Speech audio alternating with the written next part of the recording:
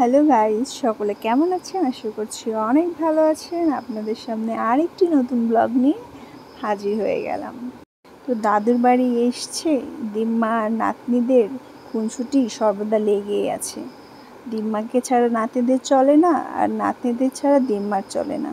তো আজকের সকালটা আমার ভীষণ সুন্দরভাবে ভেঙেছে। ঘুম থেকে উঠে দেখি গাছে 3টে জবা ফুটেছে। তো ফুল দেখে সকালটা শুরু হলে নাকি দিনটা ভালো যায়।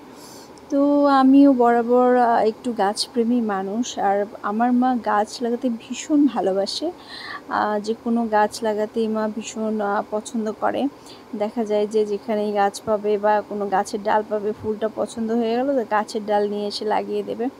তো এই যে এখানে সন্ধ্যামালতী ফুল, যদিও সকাল, আমি বুঝতে পারলাম না, বোধহয় কালকে সন্ধ্যার সময় কি বিকেলে ফুটেছে। তো সেগুলো এখনও অনেক ফ্রেশ আছে, নাকি আজকে সকালে ফুটেছে। সন্ধ্যামালতী তো সন্ধ্যাতেই ফোটে, যাই হোক বুঝতে পারলাম না। আর এই যে নতুন মরিচ এসেছে। এই গাছটা, মরিচ গাছটা এইবারই ফার্স্ট মরিচ দিচ্ছে। তো গাছ ভর্তি মরিচ এসেছে, এই যে ছোট ছোট, এখনও বাড়তি হয়নি।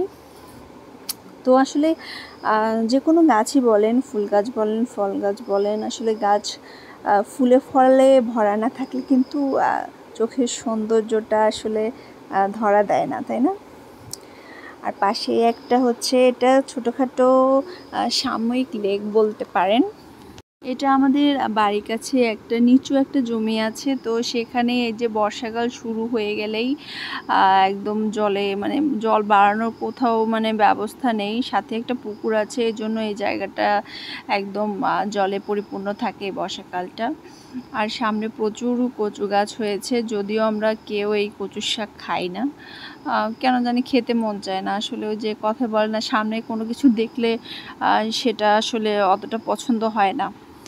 তো এই তো ভাবলাম যে পূজার ফুল তুলি। আমার ফুল তুলতে ভীষণ ভালো লাগে, গাছে দেখতেও বেশি ভালো লাগে। তবে এই ফুলগুলো যেহেতু ঠাকুরের জন্য তুলছি, এই জন্য ভালো লাগছে যে নিজ হাতে ঠাকুরের জন্য ফুল তুলছি সকালবেলা।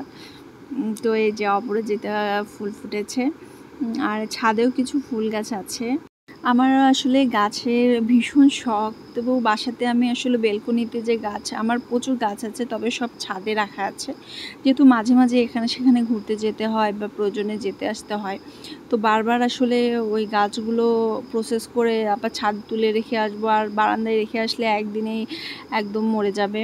তো ছাদে রেখে আসলে হয় কি, আমাদের বাড়িওয়ালা যিনি আছেন উনি জল দিচ্ছেন, পরিচর্যা করছেন, তো গাছগুলো ভালো থাকে। এই জন্য আর কি বেলকনিতে গাছ লাগানো হয়নি। তো ভাবছি এরপরে ছোট ছোট কিছু গাছ লাগানোর ইচ্ছা আছে বাসায় যেয়ে। তো এই যে এখানে কিছু পাতাবাহার আছে, জবা আছে, তুলসী আছে, অ্যালোভেরা আছে। তো প্রচুর প্রচুর গাছ লাগিয়েছে, আমার মাও লাগিয়েছে, সাথে সাথে বোনও লাগিয়েছে। তো সকালবেলা উঠে মা ঘর ঝাড় দিচ্ছে, আর আমি বসে বসে ভিডিও করছিলাম। আর আজকে যেহেতু একটু বেশি সকালে উঠে হয়ে গেছে, কিছু কাজ আছে বাড়ির। মার যেহেতু এখন একটু বয়স হয়ে গেছে, আর শরীরেও আসলে মার পারে না, তো কিছু কিছু কাজ আসলে আমার করতে হবে। এই জন্য আর কি সকালে উঠে বসে আছি। তবে উঠে যে কাজ করা শুরু করছে এমন কিছু না। আর মায়ের যে এখানে রান্না শুরু করে দিয়েছে, তো সকালে ভর্তা ভাত করবে, তো বলতেছে যে কাঁঠালের বিচি ভর্তা করে দিবে। তো কাঁঠালের বিচি ভর্তা আমার খুব ভালো লাগে, ইনফ্যাক্ট সবারই ভালো লাগে। আর এই যে দেখেন আমার মামনিদের এখানেও পুতুলের সংসার, তো ওদের সংসারটা একটু দেখিয়ে দেই। আর এটা হচ্ছে তখন বাজে দুপুর 3টা। মাঝখানে যেসব কাজ করেছি কিছু ভিডিও করতে পারিনি, তো একদম স্নান টান সেরে চলে এসেছি। তো মা রান্না করছে দুপুরের রান্না। এই যে এখানে করবে হচ্ছে মাছের ঝোল, আর এখানে হচ্ছে একটা চচ্চড়ি হচ্ছে বিভিন্ন প্রকার সবজি দিয়ে, এটা নিরামিষ।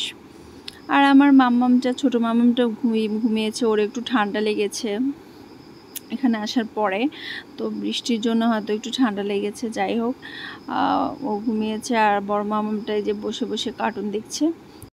তো আমার বোন এই যে ওয়ারড্রোবের উপর খুব সুন্দর করে ঠাকুরগুলো সাজিয়ে রেখেছে।